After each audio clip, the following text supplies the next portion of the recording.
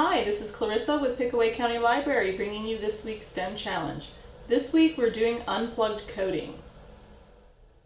For this challenge, you'll need paper and pencil. We've used graph paper. You don't have to use that. Feel free to freehand your maze. You can do the mazes a few different ways. You can start with something simple like this, maybe something more complex or a very intricate maze. However you do the maze isn't as important as the instructions.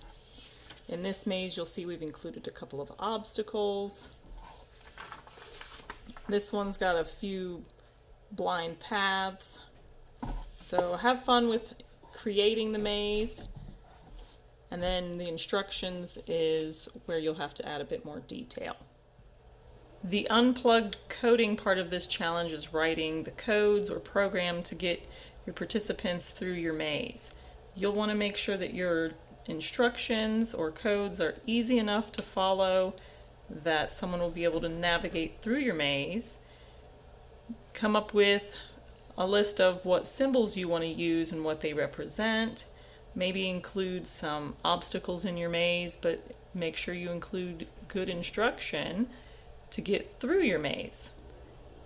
After your participants have written their coding for their program to get through your maze, the challenge will be seeing who was able to write the best coding, meaning who had the fewest or no mistakes. We found a few mistakes in coding in one of our programs. What do we call these? We call them bugs. And what does that mean for the coder who wrote the program? That means they have to identify where those bugs are and correct them. You can challenge your children a few different ways by seeing who can write that best program, or is there another workaround to fix the bug that doesn't require them to rewrite the entire program, like redesigning their maze. We've written ours in marker, so that wasn't possible for us, but that's something you could do if you decide to make this a three-dimensional challenge with physical objects in your room or outside, which we'll talk about in the next part of this challenge.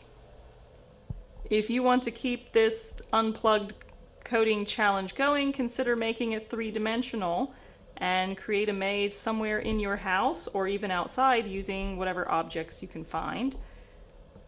Have your participants complete your maze while blindfolded or maybe walking backwards.